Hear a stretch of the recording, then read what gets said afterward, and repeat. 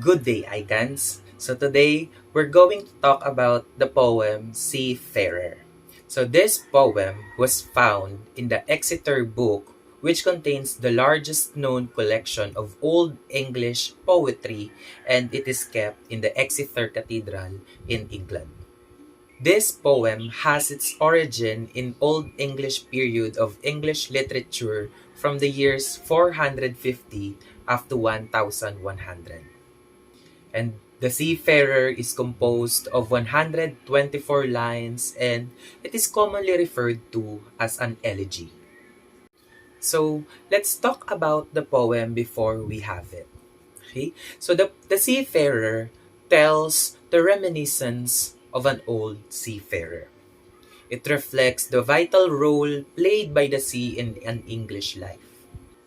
This poem provides an accurate portrait of the sense of stoic endurance, suffering, loneliness, and spiritual yearning.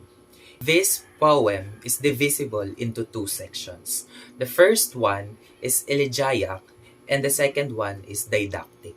It can be thought of as an allegory discussing life as a journey and the human condition as that of exile from God on the sea of life. So before dwelling into the poem, let us have first these vocabulary words. So these 5 words will somehow be helpful to you if we will define them. The first word is desolation. Desolation means an extreme sadness caused by loss or loneliness. The second word is rancor. Rancor means an angry feeling or hatred or dislike for someone who has treated you unfairly. The third word is unfurl.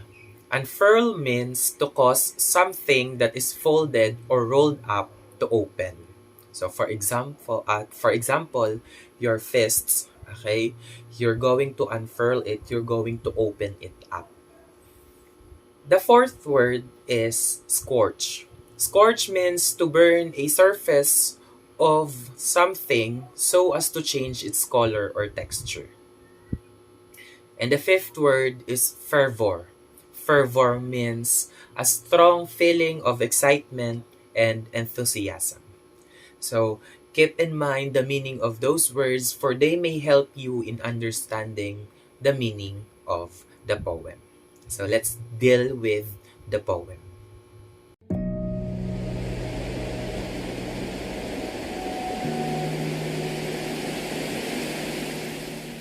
This tale is true and mine.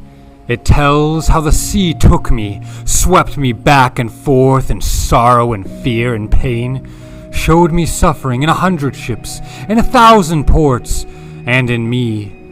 It tells of smashing surf when I sweated in the cold of an anxious watch, perched in the bow as it dashed under cliffs. My feet were cast in icy bands, bound with frost, with frozen chains, and hardship groaned around my heart. Hunger tore at my sea-weary soul. No man sheltered on the quiet fairness of earth can feel how wretched I was, drifting through winter on an ice-cold sea, whirled in sorrow, alone in a world blown clear of love, hung with icicles.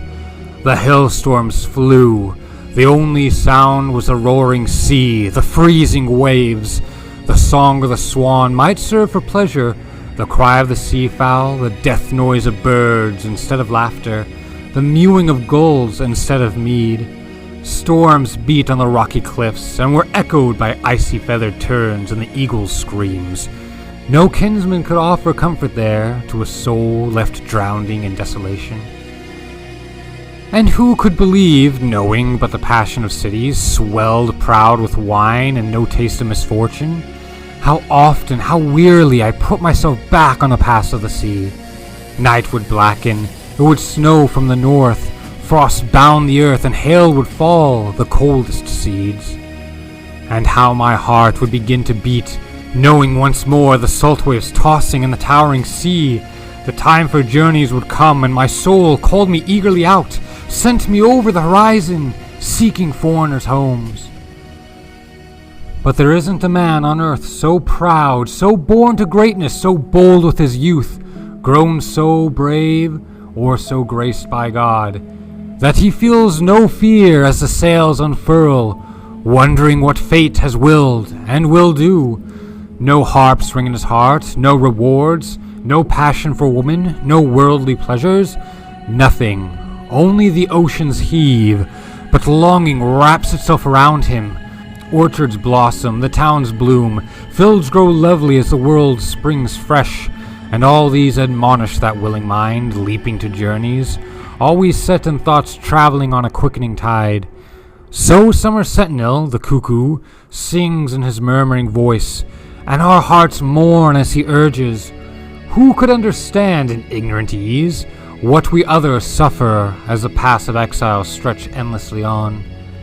And yet my heart wanders away, my soul roams with the sea, the whale's home, wandering to the widest corners of the world, returning ravenous with desire, flying solitary, screaming, exciting me to the open ocean, breaking oaths on the curve of a wave.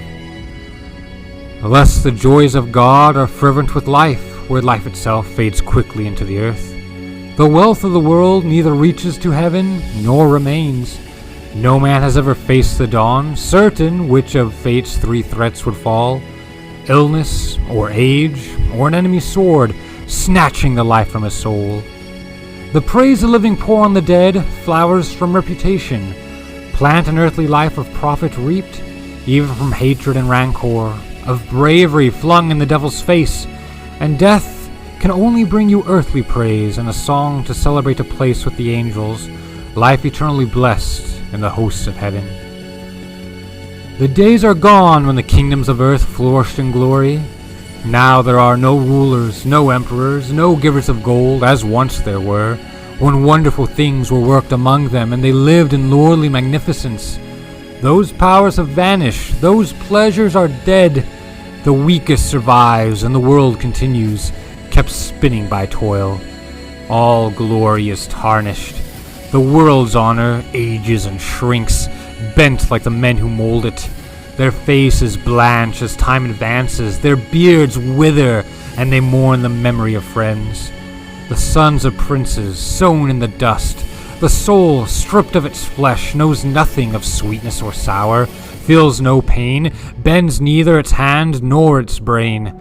A brother opens his palms and pours down gold on his kinsman's grave, strewing his coffin with treasures intended for heaven. But nothing golden shakes the wrath of God for a soul overflowing with sin, and nothing hidden on earth rises to heaven.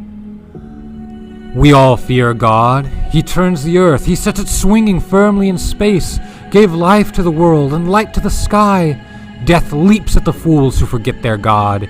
He who lives humbly has angels from heaven to carry him courage and strength and belief. A man must conquer pride, not kill it. Be firm with his fellows, chaste for himself, treat all the world as the world deserves, with love or with hate, but never with harm. Though an enemy seek to scorch him in hell, or set the flames of a funeral pyre under his lord, fate is stronger, and God mightier than any man's mind. Our thoughts should turn to where our home is, consider the ways of coming there, then strive for sure permission for us to rise to that eternal joy, that life born in the love of God and the hope of heaven. Praise the holy grace of him who honored us, eternal, unchanging creator of earth. Amen. So that is the poem, The Seafarer. Okay, so let's have a short discussion about it.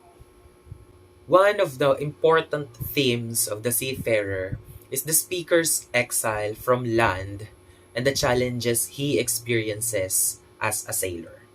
The speaker creates a constant tension between the hardships of life at sea and the comparative comfort of life on land. Again, the speaker makes clear stark contrast between the harshness of life at sea and the pleasures of life on land. Despite the hard life at sea, the seafarer is pointing out that he goes to this hard life voluntarily. Just as he laments his hard life, he acknowledges that he chooses life at sea rather than life on land. Okay? Another important theme in the Seafarer is exile from family, land, and the comforts of land-based life. The seafarer constantly looks with longing at what he doesn't have, and those are friends, families, home, but he nevertheless chooses his life at or life of exile at sea. The seafarer suggests that wealth and reputation are useless because they carry no importance in the afterlife. Riches cannot be used to lessen God's wrath against wicked person. Therefore, the seafarer urges the reader not to be tempted by the allure of wealth and fame. The word amen is an affirmative statement that is usually used to respond to or conclude a prayer. This word first appeared in the Hebrew Bible and is used in Christian, Jewish, and Muslim religions. So by concluding his tale with amen or with the word amen, the seafarer suggests that his tale is a metaphor for the journey of a pious Christian who suffers for the love of God and the hope of heaven. So therefore, his account is at least partially didactic because it establishes a path of righteousness for readers to follow in order to reach heaven in the afterlife. So that is the poem Seafarer. So if you have further questions or any questions about it, you are free to send them on our GC, and I am very willing to answer all of your questions. Okay, so again, I am Mr. Aldrin Sikitin. Goodbye and thank you.